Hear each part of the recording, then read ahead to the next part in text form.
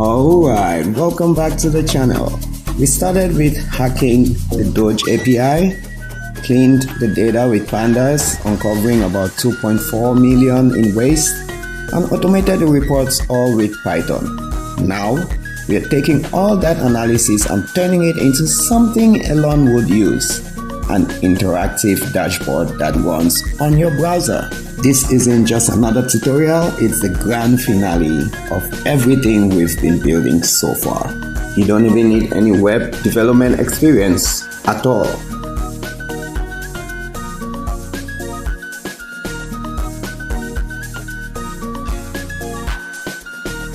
So, to get started, we start with setting everything up and loading up our data. Meet our toolkit. Pandas used for data wrangling, Plotly for interactive charts, Dash for building web apps, and Dash Bootstrap components DBC for sleek styling. In order to load our data, we use a try except block as a safety check. It ensures that we are automatically going to capture any errors if they do arise and notify the user. We also use the Parse Dates, which automatically converts our dates from text.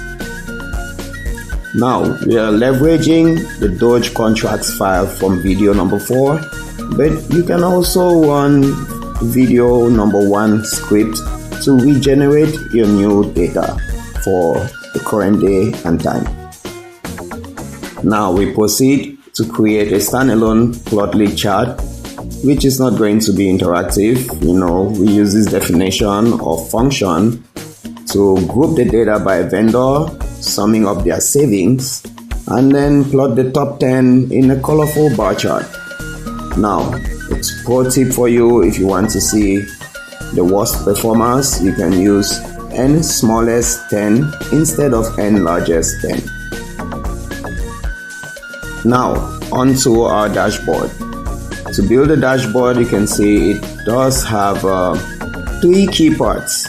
Okay, we have a row, or rather we have 3 rows within our layout. First, we display a professional styling in our title. We then have the second row, which consists of 2 columns. The first column has an agency drop down to the left,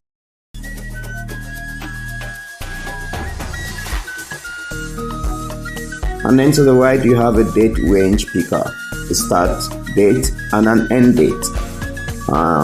Right beneath the first and second rows you have a graph area or a plotting area, which is just waiting for data as of now. Next up is where we add our magic. The callback is the dashboard's brain. It's going to watch for the filter, which we just talked about. If there are any changes in there, it's also going to update the Plotly or the plot graph area that we have set up instantly, showing the vendor details when we hover on top of it. So whatever we input in our drop down or in the date ranges are going to be reflected in the output of our graph. This interactivity again is made possible by the callback. And that's about it. Next up, we just have to launch our graph.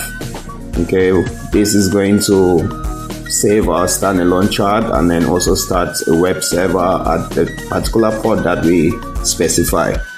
Always remember, you have to go ahead and open this location in your browser.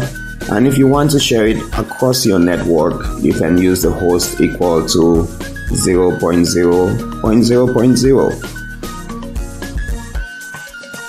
Now, once you access this URL, you should be able to track the contracts, whether it's on your phone or on your laptop, desktop, or displaying it on a monitor.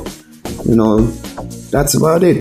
You get to see each piece within our dashboard, which makes it very, very dynamic and interactive. You don't have to email your manager or your boss every day. They can simply just go to this link, a dedicated link you can create, and they can see in real time what the results are.